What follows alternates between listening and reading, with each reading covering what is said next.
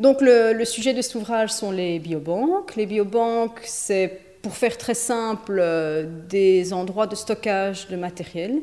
La difficulté, c'est que ce matériel provient de patients ou de personnes en bonne santé et donc d'humains. Et donc, il faut tenir compte de cet aspect. À quoi servent les biobanques? Les biobanques sont indispensables à la recherche scientifique, puisque le but, c'est de stocker du matériel pour faire de la recherche médicale, et donc sont tout à fait nécessaires pour l'avancée de la médecine.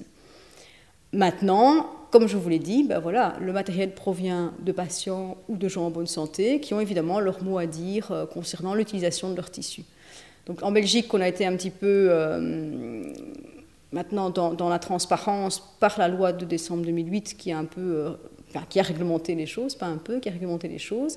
Et donc, ce qui est important, c'est pour les donneurs, c'est d'avoir une information correcte sur le devenir de leur tissu, pourquoi on stocke du tissu, en sachant que les patients peuvent refuser évidemment cette opportunité. Ce qui est important aussi, il y a évidemment l'enjeu, je dirais, scientifique de ces biobanques qui est indéniable, mais ne pas oublier qu'il y a aussi un enjeu économique et que là aussi, les patients doivent être prévenus s'il y a éventuellement des collaborations avec l'industrie, etc. Tout doit se faire dans la transparence, dans l'information et surtout dans le respect de la personne qui a donné.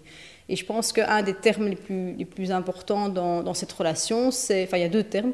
Il y a effectivement la confiance, mais la confiance ne peut se passer que par l'information correcte. Et c'est une relation de partenariat. Donc vraiment, le patient nous donne un matériel qui est précieux.